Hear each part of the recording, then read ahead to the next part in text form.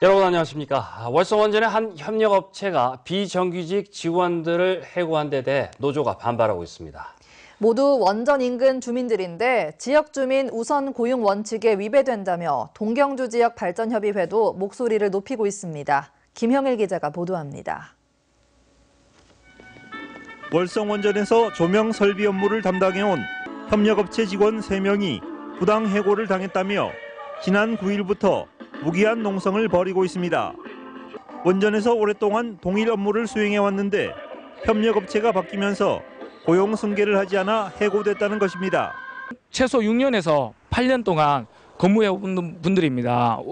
이런 분들이 해고되는 것은 정말 부당하고 상시 지속적 업무이기 때문에 고용 보장이 돼야 된다고 생각합니다. 해고된 직원들은 모두 원전 인근 주민들로 지역 주민을 우선 고용할 수 있다는 발전소 주변 지역 지원에 관한 법률의 취지에도 어긋난다고 주장합니다. 노조는 다른 도급업체 직원 170여 명도 이 같은 집단 해고 가능성에 놓여 있다며 반발하고 있습니다. 원전이 지역 주민 생명의 담보로 지어진 시설입니다. 그럼에도 불구하고 지역 주민을 우선 채용해야 함에도 불구하고 지금 도리어 지역 주민을 해고하고 있습니다. 이에 대해 월성원전은 전문 기술을 요하는 업무는 공사 도급 방식으로 계약할 수밖에 없고 협력업체가 바뀔 경우에는 안정적인 고용을 보장할 수 없는 게 현실이라고 밝혔습니다. 하지만 협력업체 측에 월성원전 인근 주민들을 우선 고용하도록 다양한 조치를 취하고 협조도 구하고 있다고 설명했습니다. 저희가 수주업체의 직원 채용에 간섭하는 것은 불공정 행위에 해당됩니다. 하지만 그 지역 주민들이 우선 고용될 수 있도록 저희가 수주업체 협조 요청하는 노력은 계속하고 있습니다. 한편 양남과 양북, 간포 발전협의회도 지역민 고용 보장 약속이 제대로 지켜지지 않고 있다며 월성원전을 압박하고 나서 이번 사태가 어떻게 풀릴지 관심이 모아지고 있습니다. MBC 뉴스 김향일입니다. 국내에서 가장 규모가 큰 제17회 한국지능로봇 경진대회가 오늘 포항 만인당에서 개막돼 사흘간 펼쳐집니다. 이번 대회는 예선을 거쳐 올라온 지능로봇 부문 30개 팀과 퍼포먼스 부문 10개 팀이 최종 결선에 올라 승부를 가리게 됩니다. 첫날인 오늘은 개회식에 이어 두 부문에 걸쳐 심사가 진행됐고 내일부터 수상작 시연이 있게 됩니다. 또 내일부터 제12회 포항가족과학축제와 제8회 과학체험 한마당 행사가 만인당에서 함께 열려 과학의 원리를 직접 느끼는 소중한 기회가 될 것으로 보입니다. 법정 다툼으로 늦어지고 있는 가칭 우현초등학교 설립을 위해 포항교육지원청과 땅 소유 법인인 선원건설이 장경식 도의회 부의장의 중재로 오늘 교육청에서 협약을 했습니다. 이번 협약으로 선원건설이 소송과 별도로 학교 건립에 협조하기로 함에 따라 포항교육지원청은 곧 설계를 마무리하고 내년 초부터 착공에 들어가 이르면 오는 2017년 개교할 계획입니다. 포항교육지원청은 당초 지난해까지 중앙초등학교를 옮겨 우현초등학교를 개교할 예정이었으나 구획정리지구안 학교터 소유 법인인 선원건설과 땅 매입을 감정가로 할지 조성 원가로 할지에 대한 합의가 이루어지지 않아 법정 다툼을 벌여왔습니다. 경북자치단체장과 지방의원들이 오늘 일제히 인구 편차만을 기준으로 한 선거구 획정 논의를 중단하라고 촉구했습니다. 협상용이라지만 새누리당이 만든 획정안에 경북지방이 가장 피해가 큰 것으로 나타났기 때문입니다. 박흔식 기자입니다.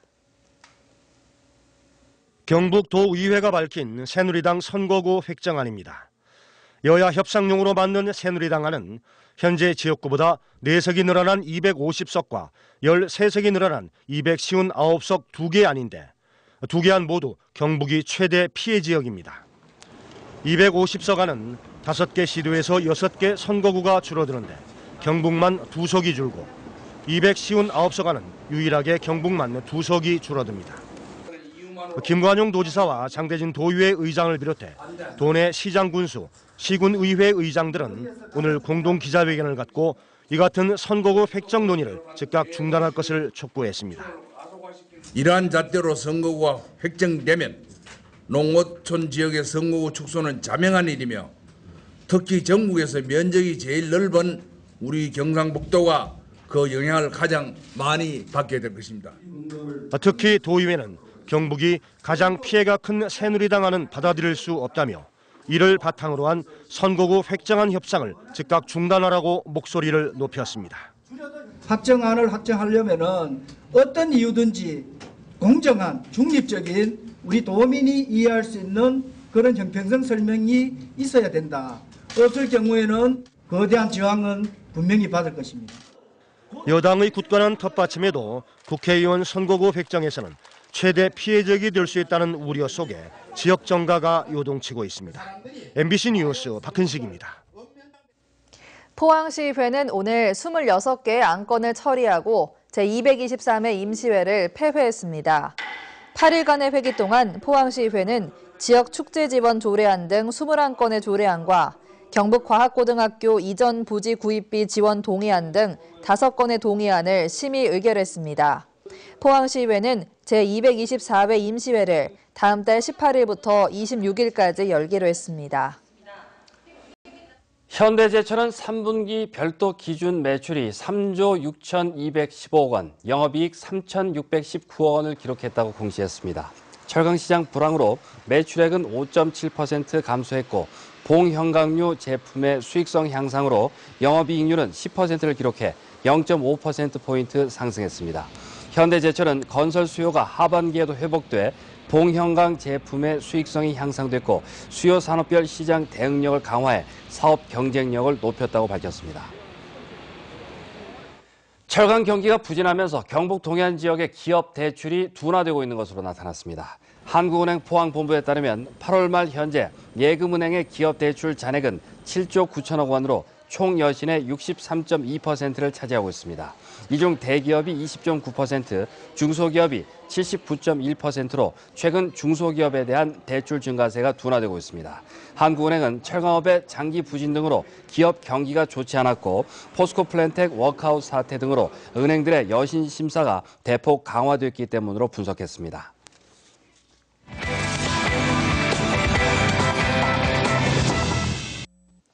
일이 손에 잡히지 않는 나른한 오후. 회사로 예술단이 찾아온다면 어떨까요? 포항시립예술단에 찾아가는 기업사랑 음악회가 기분 좋은 활력소가 됐습니다. 강지희 아나운서가 전합니다. 평소 같으면 업무로 바쁠 시간. 공장 안은 철강 소재를 만드는 설비 대신 공연 무대가 설치됐고 직원들은 일손을 멈추고 귀에 익은 음악을 흥얼거립니다.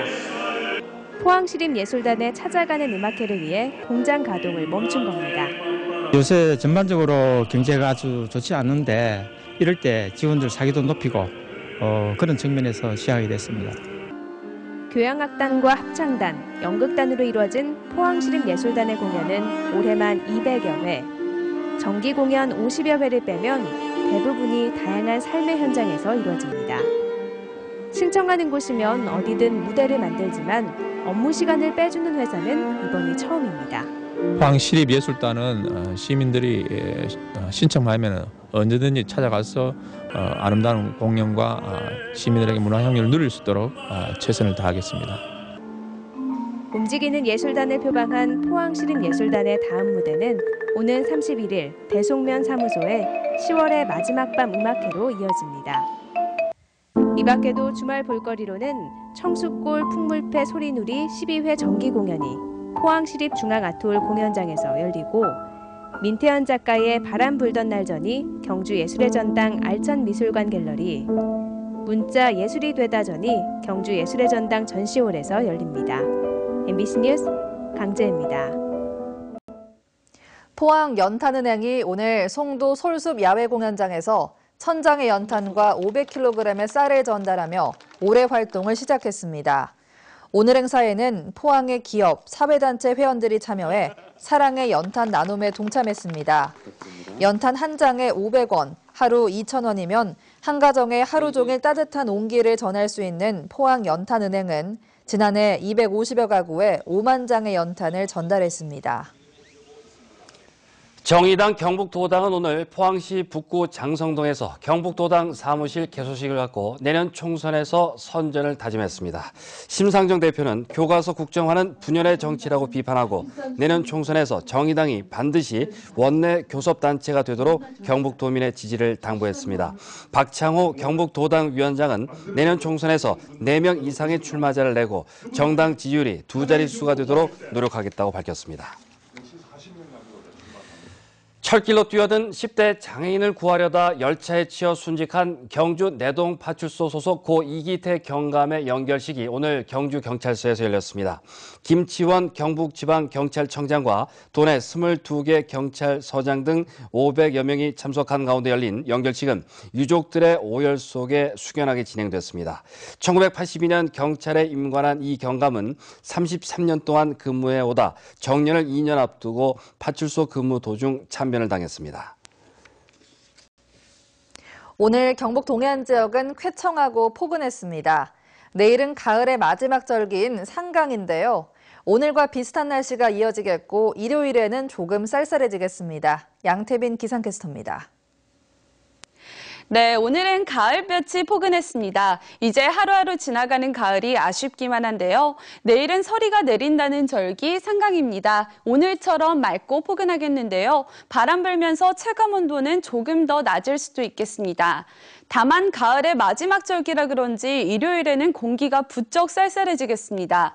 아침 최저기온이 11도에서 15도로 낮게 출발하겠고요. 낮에도 최대 17도에서 머물면서 공기가 차갑겠습니다. 현재 경북 동해안 지역은 미세먼지 농도가 보통 단계에서 머무르고 있습니다. 주말 동안 먼지로 인한 큰 걱정은 없겠는데요. 나들이 하기 좋은 날씨가 되겠습니다. 자세한 지역 날씨 알아보겠습니다. 내일 경북 동해안 지역은 구름이 다소 지나겠습니다. 아침 기온은 13도에서 15도가 되겠고 낮 최고 기온은 평안 경주 24도가 되겠습니다. 울릉도와 독도도 구름이 많이 지나겠습니다. 아침 기온 울릉도 16도, 독도 17도, 낮 최고 기온 울릉도 19도, 독도 20도가 되겠습니다.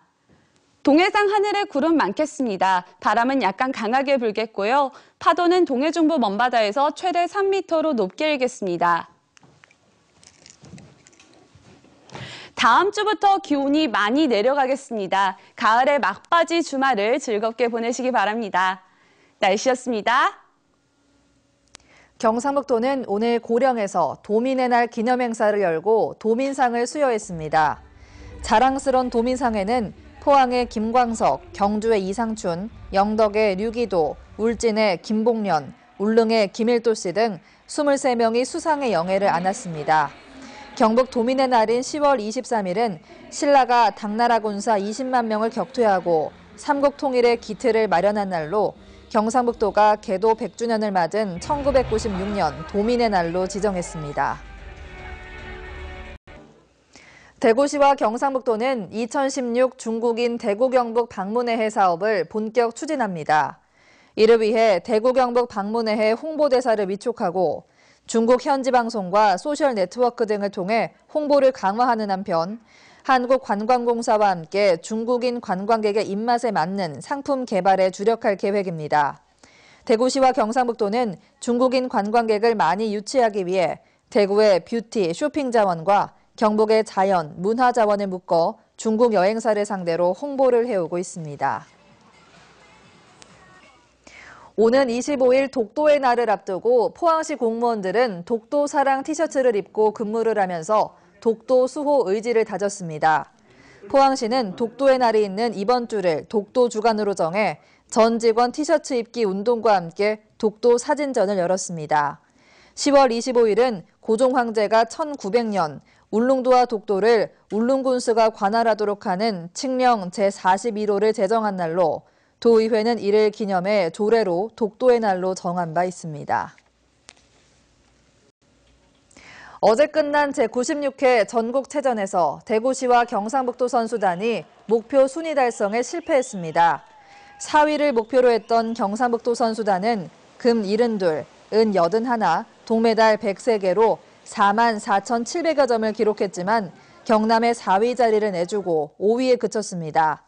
10위가 목표였던 대구시 선수단도 금메달 45개, 은메달 40개, 동메달 61개로 27,700여 점을 기록하며 13위로 밀려났습니다. 이상으로 포항 MBC 뉴스데스크를 마치겠습니다. 여러분 고맙습니다.